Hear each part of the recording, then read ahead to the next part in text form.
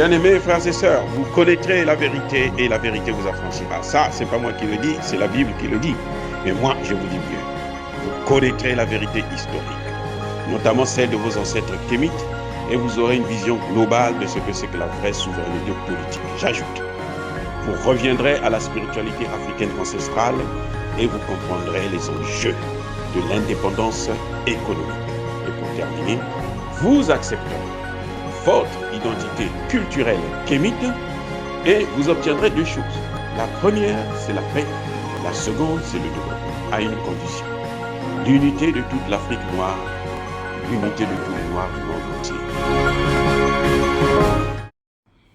Otep à tous, bienvenue sur la chaîne des panafricanistes, par essence, par conviction et par excellence. Celle des citoyens kémites par nécessité et obligation de combat. Nous sommes une chaîne qui n'est guidée que par nos ancêtres et rien que par les ancêtres qui appartiennent à l'égrégore du monde noir. Par conséquent, nous ne croyons en aucun Dieu venu de l'étranger. Toutefois, cette vidéo n'est aucunement destinée à inciter à la haine ou à la violence, car nous menons un combat qui est d'abord et avant tout spirituel, intellectuel et démocratique. Ensuite, il est politique, géopolitique et géostratégique. Contre l'impérialisme, le colonialisme, le néocolonialisme et l'endocoloniat, qui sont tous qualifiés de crimes contre l'humanité. Nous menons ce combat sur la base du principe fondamental que nous avons hérité de nos ancêtres kémites, qui est celui de la Mahat, c'est-à-dire solidarité, vérité et justice. Vous êtes donc en droit de connaître la vérité et nous avons l'obligation de vous dire la vérité, rien que la vérité, afin que justice soit rendue au continent africain. Et ça, c'est notre modeste contribution dans cette noble lutte en faveur de la souveraineté, la dignité, la solidarité et l'unité africaine. Ça, c'est exactement ce que nous appelons le panafricanisme. Bien-aimés frères et sœurs, le président Félix Tshisekedi a été humilié aux États-Unis. Il a été rabaissé, il a été rabroué. Le président américain Joe Biden a refusé de le recevoir. Il a refusé de s'asseoir avec lui. Il a refusé d'avoir un tête-à-tête avec lui. Il a préféré l'envoyer vers le secrétaire d'État américain, qui est l'équivalent du ministre des Affaires étrangères. Eh oui, lorsque le président Tshisekedi prenait son vol pour se rendre aux États-Unis, c'était dans le but de rencontrer le président américain Joe Biden, pour que celui-ci lui explique ce qui se passe exactement avec le Rwanda. Pourquoi, il ne condamne pas ouvertement le Rwanda. On entend seulement, non, le président Joe Biden, surtout le secrétaire d'État, a condamné le Rwanda. On ne l'a pas entendu condamner en public, devant tout le monde, dire, quand il y a eu le sommet là par exemple, dire que le Rwanda, vous devrez arrêter ça. On ne l'a pas entendu. Si quelqu'un vous dit ça, c'est faux. C'est dans les petites tables, dans les petits salons, là où ils prennent leur bière et tout, leur champagne. Là, il le dit quand ils sont à deux, quand il n'y a pas, il n'y a pas le Rwanda. Alors que l'occasion était en or, cette fois-ci, de condamner devant tout le monde, ou de condamner au G5, au G20, au G7, lors des réunions de l'OTAN. Non, il y a quelque chose qui ne va pas. Vous voyez? Donc, c'est un peu ça, mais ce que ça montre très bien que les États-Unis sont à la manœuvre. Le président Joe Biden n'a pas le courage d'affronter le regard du président Tshisekedi pour lui dire que c'est moi qui suis en train de faire ça. Comment veux-tu que je puisse combattre ce que moi je suis en train d'armer? Comment? C'est moi qui veux qu'on détruise le pays, qu'on le divise. Où est ton problème? C'est ça le problème. En diplomatie, Il y a des gens qui vont me dire, mais qui vous a dit? Est-ce que vous étiez là? Est-ce qu'il y a une note qui a été écrite? Non, il n'y a pas de note qui a été écrite. Hein? C'est en diplomatie, tous les gestes comptent. Ils se sont salués, il a côtoyé, il était même assis à côté de lui. Et il demande de le rencontrer, il refuse de le rencontrer. Pourquoi je dis qu'il refuse de le rencontrer? Parce que le président, Joe Biden, a reçu le président gabonais. Une loque qui est finie, qui n'a pas de problème particulier dans son pays. Le seul problème qu'il a là, lui, c'est le CFA et puis la base militaire française. C'est ça le problème au Gabon. Mais le Gabon n'a pas de terrorisme, le Gabon n'a pas de problème particulier, de rébellion, ainsi de suite. Il le reçoit. Il reçoit le Libérien. Le Libérien n'a rien aussi comme problème. Voilà.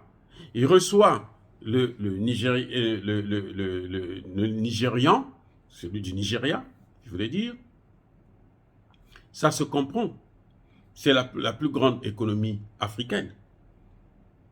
Et puis, vous voyez très bien que le Nigeria est le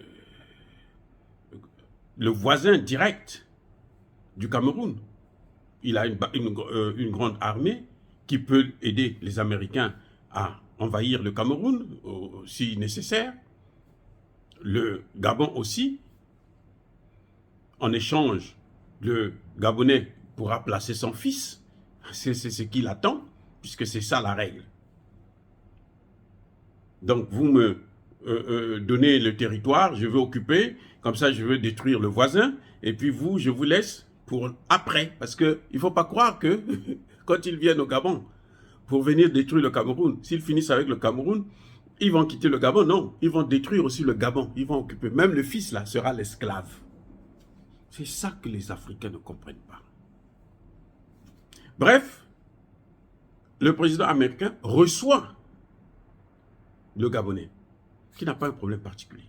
Alors que le président Tshisekedi a un problème grave, et très grave même, puisque son pays est attaqué. Son pays est en guerre. Son pays est en train de résister. Mais son pays, jusqu'à aujourd'hui, ne veut pas aller changer de partenaire. Parce qu'il aime son partenaire, son bourreau, en quelque sorte. Il aime l'OTAN, il aime la France, il aime la Belgique, il aime les États-Unis. C'est ça le problème, c'est pour ça que je critique Tshisekedi tout le temps. Donc vous voyez très bien qu'il y a un pays qui a un problème grave, que vous déplacez, qui vient quand même, et puis vous préférez recevoir des gens qui n'ont pas de problème particulier. Parce que la stratégie, là, le problème de Tshisekedi, là, c'est réglé pour les Américains. Écoutez-moi bien. Le problème du Congo démocratique, là, pour les Américains, c'est réglé. On va vers la balkanisation, c'est inévitable. Le Rwanda fait l'affaire. Tant que le président Tshisekedi ne va pas taper du poing sur la table, vous allez voir, on va aller là-bas, vers la division. Et moi, je commence maintenant de plus en plus à suspecter le président Tshisekedi d'être un agent de la CIA. Parce qu'il sait que la solution n'est pas là-bas, mais il préfère quand même y aller. Et vous voyez maintenant, Anthony Blinken l'a reçu. Mais il le suit encore, 2 jours plus tard. Anthony Blinken, en ce net moment, il doit être au Congo encore. Pourquoi? C'est pour voir quelle est l'attitude de Tshisekedi, pour contrôler. Est-ce qu'il a compris le message et que maintenant il veut prendre de vraies dispositions? Ou bien, s'il est avec eux, est-ce qu'il continue de faire le jeu? Et on voit, qu'est-ce qui se passe? On va appeler un autre nègre de maison, le docteur Mukwege, qui vient, qui demande aux Américains, non, il faut que la communauté internationale nous aide. Parce que vous aidez l'Ukraine, vous ne nous aidez pas. La communauté internationale, c'est quoi? La communauté internationale, c'est les États-Unis. La communauté internationale, c'est le Conseil de sécurité. Et la communauté internationale, c'est la MONUSCO. Que les Congolais ne veulent pas. Les Congolais n'en veulent plus. Puisque ça fait plus de 22 ans qu'ils sont là. Ils ne foutent absolument rien. Ils n'ont qu'à partir. Laissez-nous nous débrouiller avec nos rebelles. Laissez-nous. On va envoyer un homme, parce qu'on lui a donné, ce sont eux qui lui ont donné le prix Nobel. Il n'a pas eu le prix Nobel parce qu'il a inventé quelque chose de particulier. Mais on lui a donné ça pour le rôle qu'il est en train de jouer actuellement. Alors toi, tu viens, tu demandes à la communauté internationale. Donc, la MONUSCO doit continuer à rester là. Il ne critique pas la MONUSCO. Non, non, non, non. Il dit seulement non, que la communauté internationale vienne nous aider. Mais la communauté internationale est déjà là. C'est ça, c'est fait pour soutenir Tshisekedi, que bon, il faut que tu continues à rester comme ça, hein, docile, un bon élève, un démocrate, comment dirais-je, un négociateur, un homme de paix. Vous allez, ne soyez pas surpris qu'un jour Tshisekedi puisse avoir le prix Nobel de la paix. Et oui, on peut lui donner ça comme ça, juste pour le service rendu. Ce qui est celui de la balkanisation du pays. Donc, vous voyez, Tshisekedi a été humilié. On l'a méprisé. On l'a écrasé. Ça, c'est la diplomatie américaine. La diplomatie fonctionne comme ça. C'est ça, la diplomatie. On ne te dit pas que non, bon, on ne veut pas te voir. Mais on s'arrange pour qu'il ne puisse pas avoir un tête-à-tête entre vous.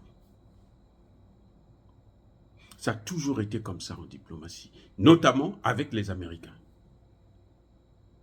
C'est à Tshisekedi de comprendre. On ne peut pas chercher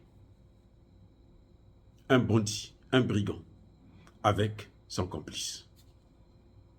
Non, ce n'est pas possible. Et qu'ils ne s'attendent pas à ce que les Américains puissent jouer à la fois le rôle de pompier et de pyromane.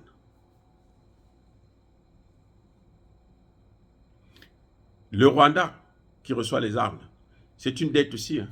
Le Rwanda va payer sa part. Ça, il ne faut pas se leurrer. Le Rwanda va payer sa part. C'est un nègre de maison. Vous savez, le nègre de maison, là, et le nègre du champ, là, les deux sont des nègres quand même. Même si le Rwanda, aujourd'hui, peut se vanter. Non, non, non, moi, le Rwanda l'a dit ouvertement hein, au secrétaire d'État américain. Alors, j'ai occupé, mais non, j'occupe. Qu'est-ce que ça vous fait? Ce n'est pas votre problème. Au contraire, c'est bien pour vous. Mais qu'il sache que lui-même aussi, il sera esclave. C'est à chacun son tour. Ceux qui ont causé 1 million de morts, le génocide là, ce sont lesquels? Ce n'est pas les mêmes? Ah, ok. Bon, on va voir. Bref, je demande au président Tshisekedi encore une fois de plus d'être pragmatique, de faire ce qu'on appelle la real politics. Ce n'est pas la peine de continuer à attendre si depuis 60 ans, ils ne vous ont pas aidé. Ce n'est pas aujourd'hui qu'ils vont vous aider. Ce n'est pas à cause de Tshisekedi qu'ils vont vous aider. Ils s'en fichent éperdument de Tshisekedi. Ce qui compte pour eux, c'est leurs intérêts. Et il faut leur montrer que si vous voulez que je vous préserve vos intérêts, voici ce que vous devrez faire. Tant que ça ne sera pas fait, tant que Tshisekedi ne va pas montrer, taper du poing sur la table, montrer que moi je suis capable de menacer vos intérêts, rien ne se passera. On va aller vers la balkanisation du Congo. Surtout que les Congolais, bon, ils aiment danser, ils aiment boire, et ils aiment se disputer entre eux. On tape seulement sur le voisin, sur son propre frère, mais l'ennemi, quand il vient, on le caresse dans le sens du poil. Ça, c'est la particularité des Congolais. Et la sorcellerie, la jalousie, c'est tout. Oh, bien-aimés frères et sœurs, dire cela, c'est inciter à la haine ou à la violence. Non, non, non, non, non. Yaba, colère, ve, yamalembe. Soyez bénis. Je persiste et je signe par le Dieu des Kémites. Et que ceux qui déstabilisent le Congo démocratique, en particulier le continent africain en général, tous ceux qui le pillent, qu'ils soient noirs ou qu'ils soient blancs, qu'ils soient présidents ou qu'ils soient citoyens normal, ordinaire, qu'ils soient foudroyés alors par le Dieu des Kémites, qu'ils soient neutralisés, massacrés, écrasés, éradiqués, effacés, maudits par nos ancêtres angélisés. J'ai dit, et comme d'habitude, j'assume.